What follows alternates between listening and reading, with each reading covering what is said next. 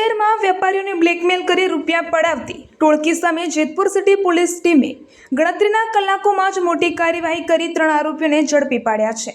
મળતી માહિતી મુજબ જેતપુરના મતવા શેરી વિસ્તારમાં દુકાન ચલાવતા એક વેપારીને ટાર્ગેટ બનાવવામાં આવ્યો હતો। આરોપીએ પહેલા ગ્રાહક બની ખરીદીના બહાને વેપારીઓનો મોબાઈલ નંબર મેળવ્યો હતો।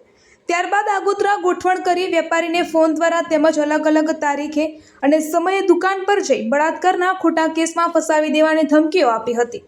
આ ધમકીઓના આધારે વેપારી પાસેથી કટકે તેને 20,000 રૂપિયા સુધીની રકમ બળજબરીથી વસૂલવામાં આવી હતી।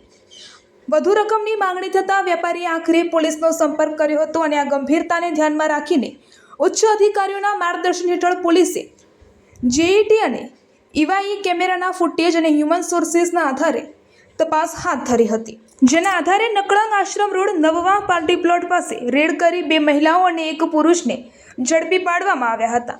અટક કરાયેલા આરોપીઓ મમતાસિંહ રાજપૂત મૂળ ઓડિશા, હાલ જેતપુર; રમાબા જડેજા ભાદરકાંઠા વિસ્તાર જેતપુર; મહેબૂબ અશરફભાઈ મકવાણા ઘટેવાળા પ્લોટ જેતપુર। પોલીસે આ ગુનાને સફળતાપૂર્વક ડિટેન કરી આરોપીઓ સામે કાયદેસરની કાર્યવાહી હાથ ધરી છે। સાથે જ આ ગેંગ સાથે સંકળાયેલા અન્ય લોકો અંગે વધુ તપાસ ચાલી રહી છે। જેતપુર સિટી પોલીસની ઝડપી અને અસરકારક કામગીરીએ શહેરમાં કાયદો અને વ્યવસ્થાને વધુ મજબૂત બનાવવાનો સંદેશ આપ્યો છે। રિપોર્ટર સલીમભાઈ રફાઈ, જેતપુર।